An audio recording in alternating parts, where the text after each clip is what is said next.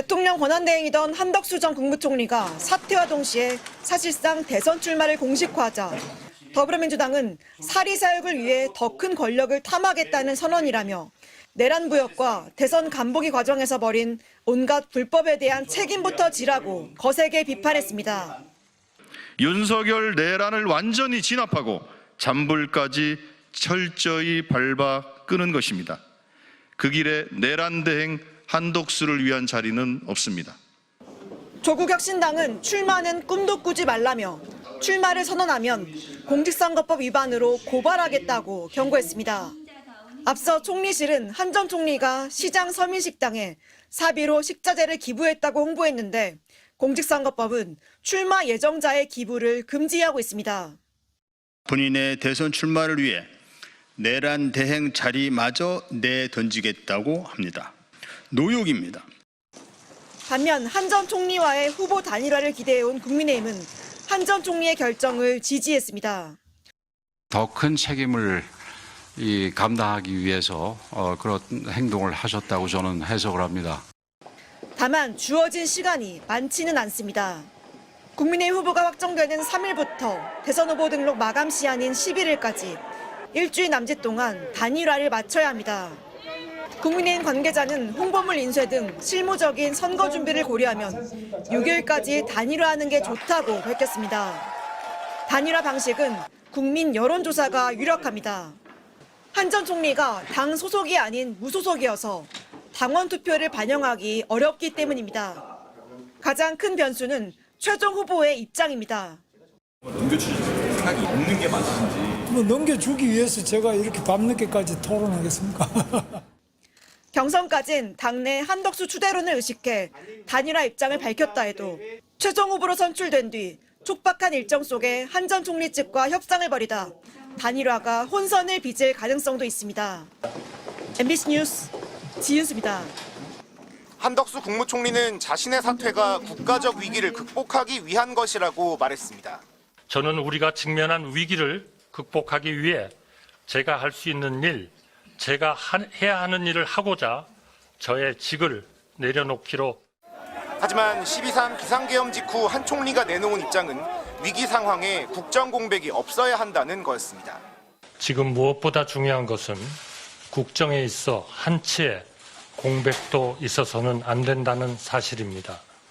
국가의 안위와 국민의 일생이 한치 흔들림 없이 유지되도록. 윤석열 전 대통령이 국회에서 탄핵 소추된 당일에도 한 총리는 대국민 담화를 통해 같은 입장을 반복했습니다.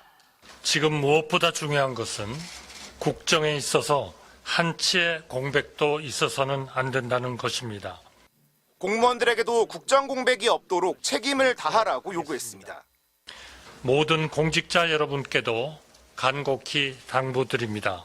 지금 이 순간 우리 앞에는 정상적이고 안정적인 국정 운영이라는 절체절명의 과제가 놓여 있습니다.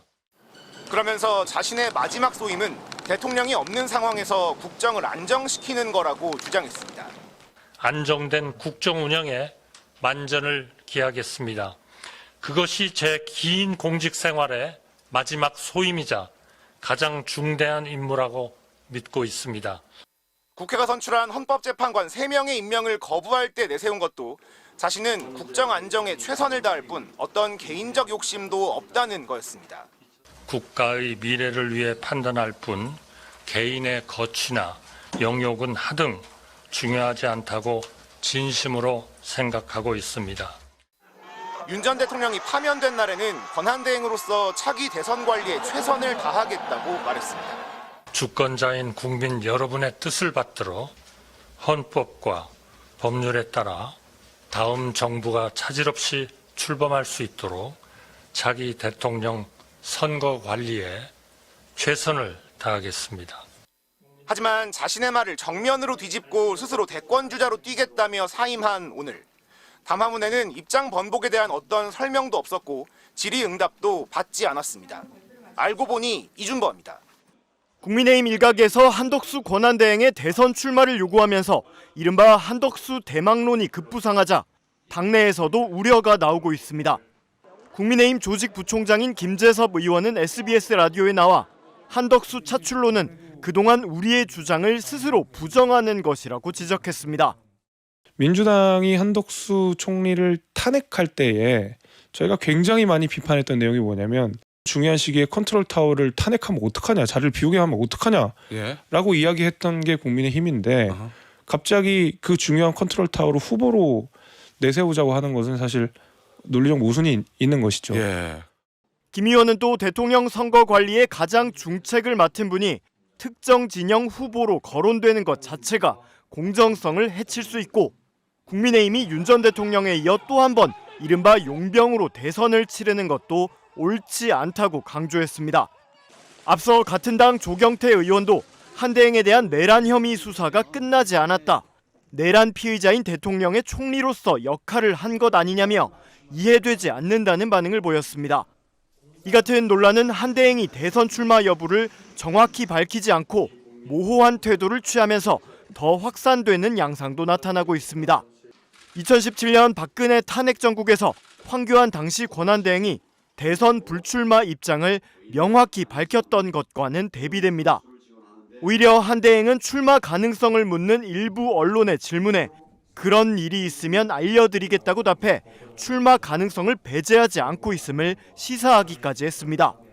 불과 며칠 전 총리실 관계자가 권한대행은 자신이 출마할 일 없으니 주변에 대선의 디귿자도 꺼내지 말라고 했었다고 언론에 밝혔다는 점에서 한대행 스스로 혼란을 부추기고 있다는 비판이 쏟아지고 있습니다.